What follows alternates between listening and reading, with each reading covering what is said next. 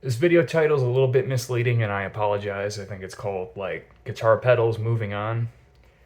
I don't do bullshit titles, so I just wanted to say that. I'm not talking about never using pedals again and getting rid of them. I'm talking about moving away from pedals in a gear acquisition syndrome sort of way. I see this happen more and more, and I don't want to say it necessarily upsets me, like I'm not losing sleep over this or anything, but it is something that kind of irks me. Boutique pedals have become very popular within the last 5 years or so, and pedals have kind of had a resurgence, which for one love because I enjoy guitar pedals a lot, and they're like shiny toys to collect. It's very cool. I've got tons of them, and I've had tons over my life. But there becomes this, and there's this whole thing about boutique and non-boutique and blah blah blah. It's kind of a different video. But what happens is you get, if you are a guitarist, and you probably would, I don't want to say like agree with me, I don't want sycophants out there, but you know what I mean. You've probably seen this, I should say. This gear acquisition frenzy that happens lately. I see it on Facebook, I see it on the gear page, I see it on Reddit. It's on YouTube, it's crazy. And people kind of get hooked onto one pedal or something. And I'm going to be honest with you, I think the majority of the reason this happens is because of YouTube. I think it's because of influencers and stuff, which is why I'm very selective with which channels I watch. And to be honest with you, I don't watch a lot of gear reviews because I have a rule for myself. And I should say before I say any of this shit, obviously if you like to watch this stuff, no judgment here, right? I don't care about that kind of stuff. But personally, I don't watch a lot because I know I just I there's something up there, right? I know that it just doesn't feel right to me. Um, these bigger channels, I'm just thinking, is that really how they feel about every aspect of it? You know, is that really their opinion? Who else do they have to answer to? This goes with all things, but um, yeah, I don't watch a lot of guitar reviews. I try to watch a review. I normally try to watch channels, not to be conceited, but like mine, where it's just somebody in their bedroom just kind of talking to you and telling you what's going on. So I'm kind of rambling, but my point with all of this is that, you see these people get obsessed over certain pedals, like the Prince of Tone or the King of Tone. There's like a 5 year wait list. That ain't worth it, okay? That pedal is not that good. I mean, it's a good pedal and it's probably built extremely well. And I've used Analog Band pedals before. Build quality's great, right? That pedal's not worth a 5 year wait. That's 5 years to wait, okay? That it's not worth it. Buy something else. That's kind of my point. Or Fulltone, who just went out of business, okay? People are scumbags. And I guess, you got to do what you got to do to get by, but I find it really scummy when Fulltone goes out of business and whoa, what a surprise.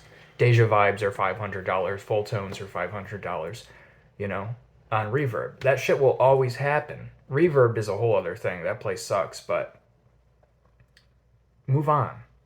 Is what I'm saying. Now, this isn't a personal attack on you. I'm not saying that you, the viewer, personally, you need that full tone, full drive 2, or you need that OCD Geranium edition, or whatever the hell.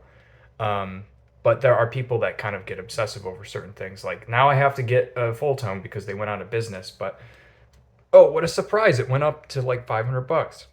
The pedals are not worth that much money, man. Buy a clone. Buy a Mooer clone. Buy some. There's a bajillion pedals. The day the Tube Screamer goes out of business, which it probably never will, but the day it happens, you know that those fucking Tube Screamers are going to be like $1,000. Buy something else. A Klon is a great example. I don't even know how much Klons are now. Thousands, right? There's no fucking way it's worth it unless you're like an antiques collector who like sells shit at auctions. Don't fucking buy that. There's a bajillion Klon clones. Now, that's kind of not a great example, I guess, because that's a pedal that's extremely expensive and that people tend to not buy. Um, you know, Most people don't own clones; they own some sort of clone. But my point is that there are really good. Just make it work. I'm kind of rambling. and I'm a little tired. I haven't had my coffee fully yet, but I just had to make this video to get my thoughts out of my head about this because I've been seeing this happen, especially with Fulltone's closure. Um, this is kind of like, I don't know, it just irked me so much I had to get my thoughts out there.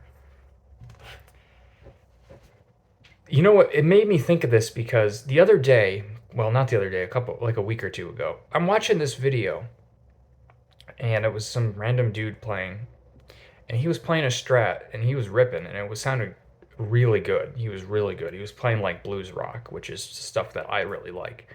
And his tone was great. I mean, it was great. We're all tone hounds, right? We're all searching for that tone. And as he had like it sounded like he had a tube screamer, the classic beautiful creamy blues tone. And every comment was not about his playing, but about his tone. His playing was fantastic, and yes, his tone was good, but every comment was about his tone and asking what he was using. Bro, what amp are you using? Blah, blah, blah. He was using some shitty little solid state practice amp with a fucking 2-inch speaker on it, okay? That's what he was using, and it sounded good. So I think my point about all this is, you know, I don't know anymore about amps and things. A lot of people say that the amp is the most important because it's where the tone comes from, and I don't know if that's true. I think I've always said that the tone in your fingers argument is kind of a bullshit thing. Like, it gets really overused. Like, if you give a great player shitty equipment, that it's probably still going to sound shitty, even though it will sound stylistically like them. And I think there is a degree of truth to that. But I am more and more these days leaning towards the tone is in your fingers thing. And what I think by that phrase, I don't literally think like the tone is in your fingers. Like some people do. Some people think like the way that people rock it with their fingers can. I think the totality of the player's personality, down to probably their eating habits and everything combined, creates the sound, because the sound is all encompassing of the person. The sound of the guitar is the internal voice of a person. I think I'm getting a little hippie-ish here, but I really do. And there's too many factors to.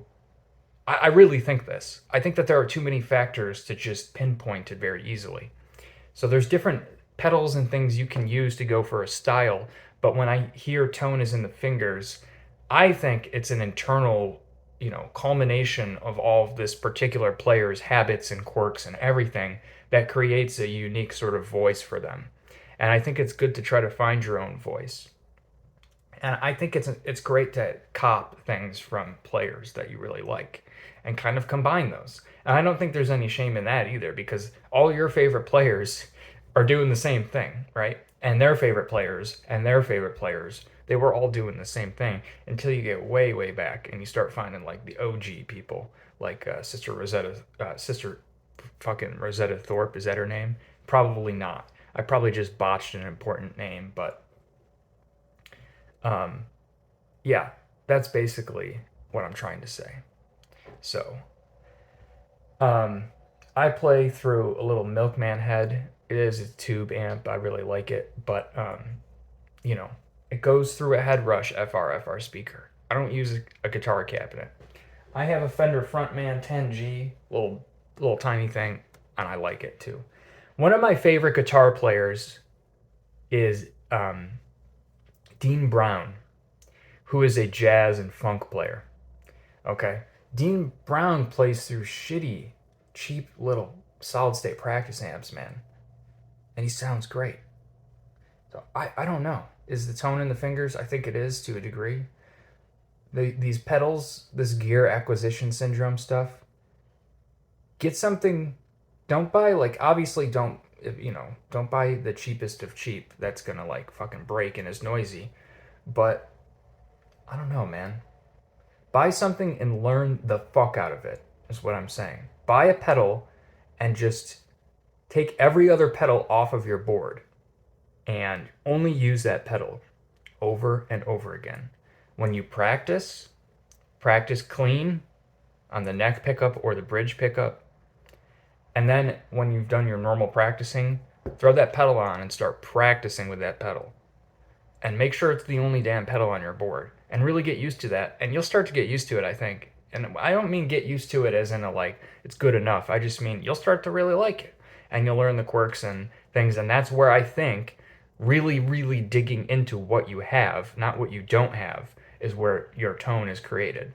So, yeah, this is kind of a long rant, very rambly. I apologize, but I think that you got some of my points in there. I don't know, take it or leave it, but that's how I was feeling today. Have a great day. Peace out. Play the guitar. It's a wonderful instrument, and it's quite a gift that we have it. Make some music, find your voice, make people happy. People love music. Rock on.